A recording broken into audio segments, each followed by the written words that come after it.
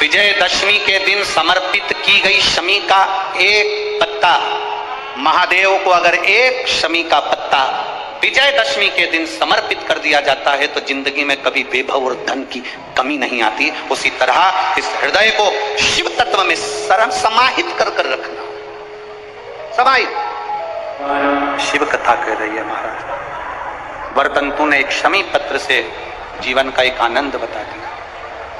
आप भी प्रयास करो, विजयदशमी के दिन एक शमी पत्र बाबा देवादिदेव महादेव को समर्पित करो। भगवान शंकर को शमी पत्र, बेलपत्र सुख देने वाले। शरदीय नवरात्रि पूर्ण होने पर जो विजयदशमी आए, उस दशमी के दिन जो एक शमी का पत्र भूलवश भी महादेव को समर्पित कर दे, उसकी जिंदगी में कभी संपदा की कमी ना आए।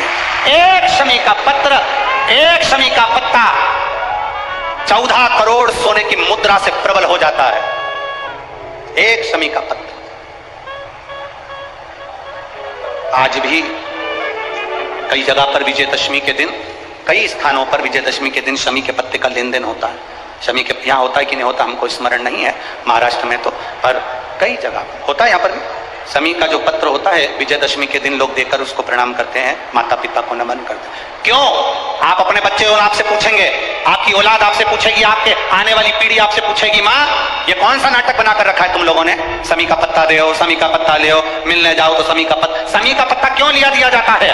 बच्चे पूछेंगे। आज की पीढ़ी बहुत प्रश्न करती है, उसको उत्तर देना पड़ेगा कि एक पत्ते में 14 करोड़ स्वर्ण मुद्रा का फल होता है। एक शमी के पत्र में आज के बच्चे जो प्रश्न करेंगे उसका उत्तर देने के लिए तुम्हें तैयार रहना पड़ेगा। उस उत्तर को तुम्हें देना पड़ेगा कि ये शमी का पत्र विजयदशमी पर क्यों लेन देन किया जाता है, शमी का पत्र क्यों शिव के मंदिर में जाता है, शमी के पत्र की मूलता क्यों होती है, इसको समझाना। एक शमी पत्र में वो फल है।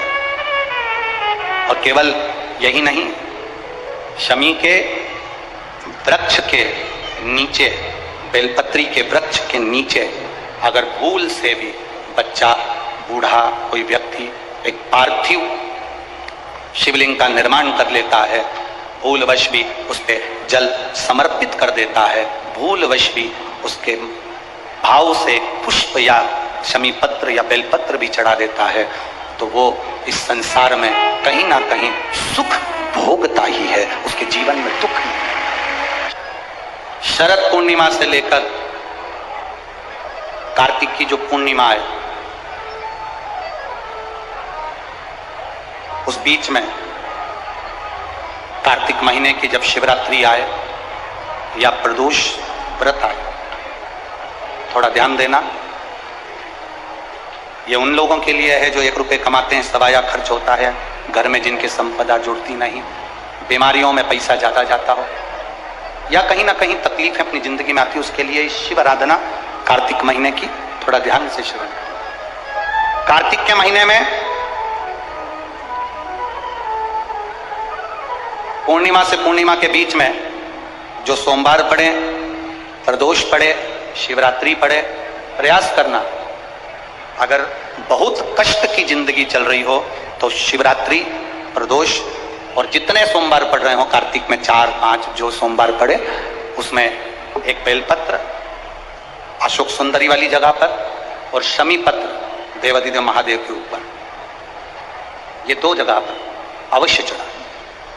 1 महीने में जितने सोमवार पड़ जाएं और प्रदोष पड़े और मासिक शिवरात्रि पड़े, उसमें अवश्य चढ़ा। बेलपत्र कहां चढ़ाना है?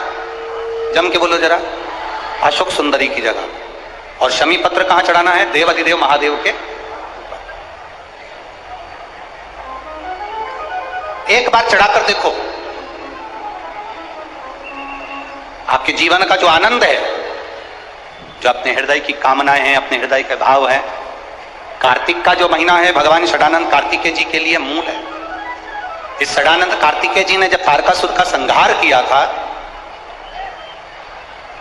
तारकासुर को जब मार दिया था, तो 33 कोटि देवताओं ने षडानंद कार्तिकेय जी को वर प्रदान किया।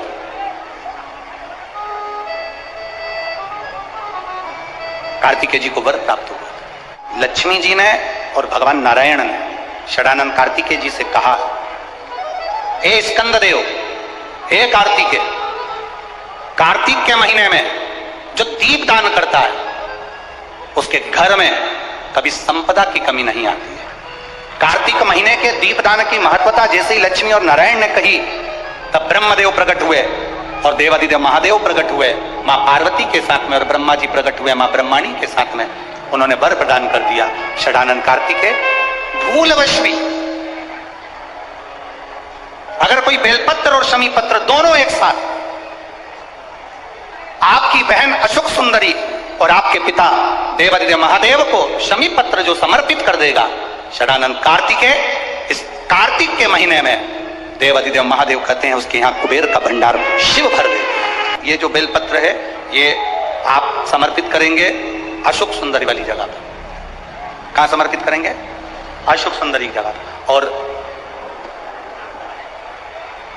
शमी पत्र आप समर्पित करेंगे देवादिदेव महादेव के ऊपर। बस इसमें एक चीज का स्मरण अपने को करना है, जब अपन अशोक सुंदरी की जगह पर बेलपत्र चढ़ाएंगे तो ये डंडी का जो मुख है ये महादेव के जो खाली स्थान है, खाली वाली जगह उसी ओर होगा। शमी पत्र की जो डंडी का मुख है इसी की और जिस ओर तुमने बेलपत्र चढ़ाया है उसी ओर शमी पत्र की भी डंडी का मुख उसी ओर होगा। जहां पर आप बेलपत्र की डंडी का मुख रख रहे हैं उसी ओर शमी पत्र की डंडी का भी मुख उसी ओर होगा।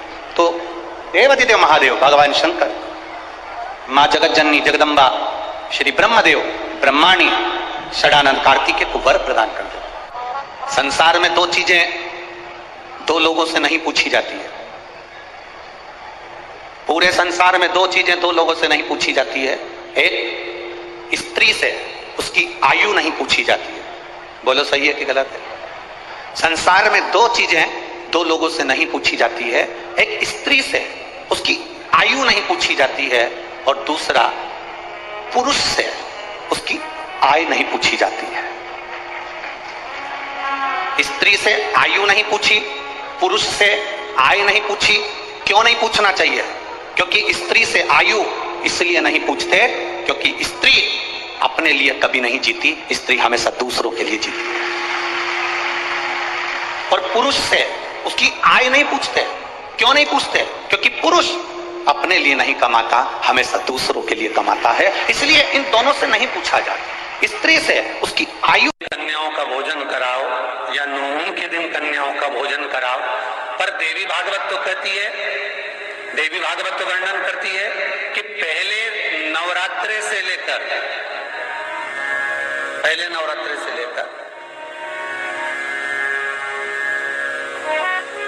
नौमी तिथि तक जितने दिन देवी के होते हैं, प्रत्येक दिन में आप किसी भी दिन कन्याओं का भोजन करा सकते हो, पहली रात्रि से लेकर, पहला दिन से लेकर।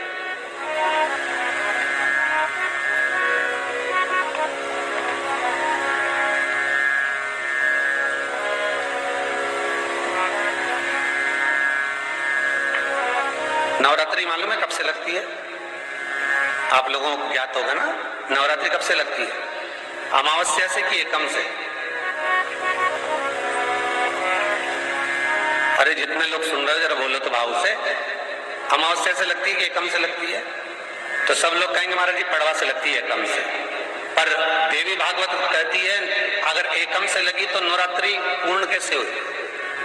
एकम का दिन लगी तो एकम के दिन की रात्रि, फिर दूज के दिन की रात्रि, तीज के दिन की रात्रि, चतुर्थ दिन की रात्रि, पंचम दिन की रात्रि, छठे दिन की, सातवें दिन की, आठवें दिन की, नवें दिन की रात्रि। पर नवें दिन तो सुबेरे पूजन करके, यज्ञ करके, अनुष्ठान करके देवी को विसर्जन कर दिया, फिर नवरात्रि पूर्ण कैसे हुई? नवरात्रि की पूर्णता होती है अमावस्या की रात से गिनी जाती है। कौन से दिन से गिनते हैं? अमावस्या की रात्रि, फिर एकम की रात्रि, फिर दूज की रात्रि, ऐसे गिनते गिनते अष्टमी की रात्रि तक और नौमी के दिन सुबह तक या दोपहर तक या शाम तक, जब तक आप यज्ञ ना करें तब तक ये 9 रात्रियां पूर्ण गिनी जाती है महाराज देवी भागवत के हिसाब से। पूर्णता में गिनी। अब हमने कन्या भोजन का जो क्रम बनाया, अष्टमी के दिन करा देंगे, नवमी के दिन करा देंगे, इस तिथि को करा देंगे, पर भाव देखिए, शास्त्र कहता है भूखे को भोजन जब कराइए जब उसको भूख लगी हो, और ऐसों को कराइए जिसको जरूरत पड़ रही है। जीव जीवित है, संसार में है, संसार सागर में है। दुनिया के लोग अगर तुमसे कहें कि शंकर भगवान तो बहुत दूर हैं, शिवजी तो बहुत दूर हैं, शंकर भगवान, सबको कह देना भगवान नारायण बैकुंठ में है, ब्रह्मा ब्रह्मलोक में है, केवल मृत्यु लोक का देव है, देव अधिदेव महादेव है। शंकर भगवान से जो हम कहेंगे, शिव से जो हम कहेंगे, शंकर की भक्ति में जो हम कहेंगे, वो शिव हमें स्वीकार, शिव स्वीकार। दो चीजें घर की करिए, एक भोजन और दूसरा जम के बोलो जरा भजन। दोनों घर में करो, भोजन भी घर का और भजन भी घर का, दोनों को घर का बनाओ। और जितना हो सकता है भोजन घर का बनाकर जो प्रेम से 2 रोटी, 2.5 रोटी, 1 रोटी, आधी रोटी, चावल दाल जो तुम खा सकते हो वो घर का पाए। से कहते हैं गुरुजी हमने सुना है कि मंगलवार को ये नहीं करना चाहिए, कोई कहता है कि बुधवार को बाल नहीं कटवाना चाहिए, कोई कहता है गुरुवार को ये नहीं करना चाहिए, कोई कहता है शनिवार को ये नहीं करना चाहिए, कोई कहता है शुक्रवार को ये नहीं करना चाहिए, कोई के सोमवार को ये नहीं करना चाहिए। शिव महापुराण की कथा कहती है 7 वार मेरे शंकर के हैं। नक्षत्र शिव ने बनाया, काल शिव ने बनाया, पंचांग शिव ने बनाया, समय शिव ने बनाया, घड़ी शिव ने बनाया, इसलिए उसको महाकाल कहते हैं क्योंकि उसने काल बनाया, घड़ी बनाई, पल बनाया, नक्षत्र बनाया, सब कुछ उसने बनाया। रविवार उसका है, सोमवार उसका है, मंगलवार उसका है, बुधवार, गुरुवार, शुक्रवार, शनिवार, ये सब वार उसके हैं। शिव महापुराण की कथा कहती है, कोई कहता है कि हमें रविवार को ये नहीं करना, बुधवार को ये नहीं करना, सोमवार को ये नहीं करना, मंगलवार को ये नहीं करना। शिव महापुराण की कथा कहती है 7 वार तुम्हारी मर्जी पड़े वो करो, पर इतना याद रखो कि 7 दिन तुम्हारा मन पड़े वो करो, पर इतना याद रखो कि 7 दिन किसी के दिल को ठेस ना पहुंचे वो कभी ना करो। कथा कहती है माता पार्वती जी ने भी शंकर को 1 लोटा जल चढ़ाया, माता सती ने भी भगवान शंकर को 1 लोटा जल चढ़ाया, भगवान श्री गणेश जी महाराज ने भी भगवान शंकर को जल चढ़ाया, श्री हनुमान जी महाराज ने भी भगवान शंकर को जल चढ़ाया, स्वयं भगवान नारायण ने भी राम अवतार रखकर शिव को जल चढ़ाया, भगवान कृष्ण अवतार लेकर भी शंकर को जल चढ़ाते हैं।